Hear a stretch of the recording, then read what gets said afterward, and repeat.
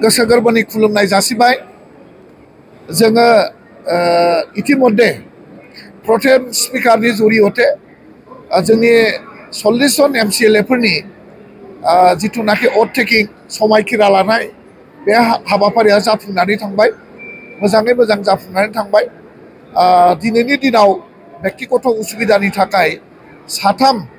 मानिजाथाव MCLA बिथांमोना शपथ ग्रहण लानो हायाखिसै बिथांमोननि शपथ ग्रहणा बा समायखिरा लानाया उनाव जागोन आरोखि दा बयनिसिमबो जोंनि गोसो गोरबोनि गाहाम हामलायनाय जासिनाय थाबाय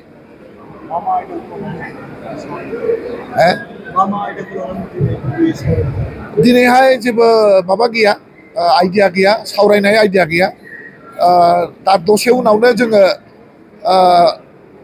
माने मा होनो पार्मानेन्ट स्पिकारनि सेलेक्सना जागोन आरो डिपुटि स्पिकारनि सेलेक्सना जागोन आरोखि दसे उनाव हाउसआव आरो बिनि उनाव हाबाफारि मथै जोंहा जायफोर दिनै बे पृथिबियाव गैला जायफोर जोंखौ नागारनानै इसोरनि खाथियाव थांबाय बिथांमोननि मुङै श्रद्धान्जलि जासिनाय हाबाफारि थागोन बेखिनि बे थाबैनो जागोन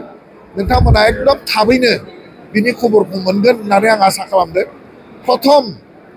रिपर्टारफ्रानो मोनग्रोगोन दे रिपर्टारफोरनि गेजेरजोंनो जोंनि जिथुनाखि एगजिकिउटिभ काउन्सिल फोसावनाय बे फोसावनाय हाबाफारिखौ नोंथांमोननि गेजेरजोंनो रायजो राजानो मोनथिहोनाय जागोन गोजोन्थों दा बेखौ दा हाउसआ सेलेक्सन खालामगोन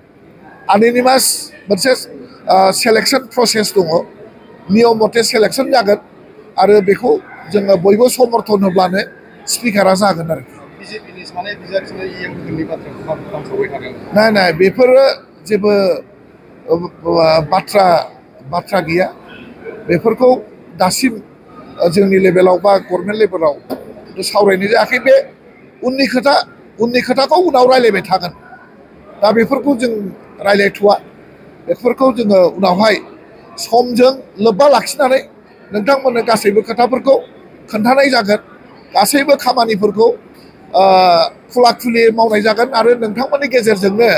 गासैबो हाबाफारिफोरखौ बयनोबो खोन्थानाय जागोन आरोखि जाबायना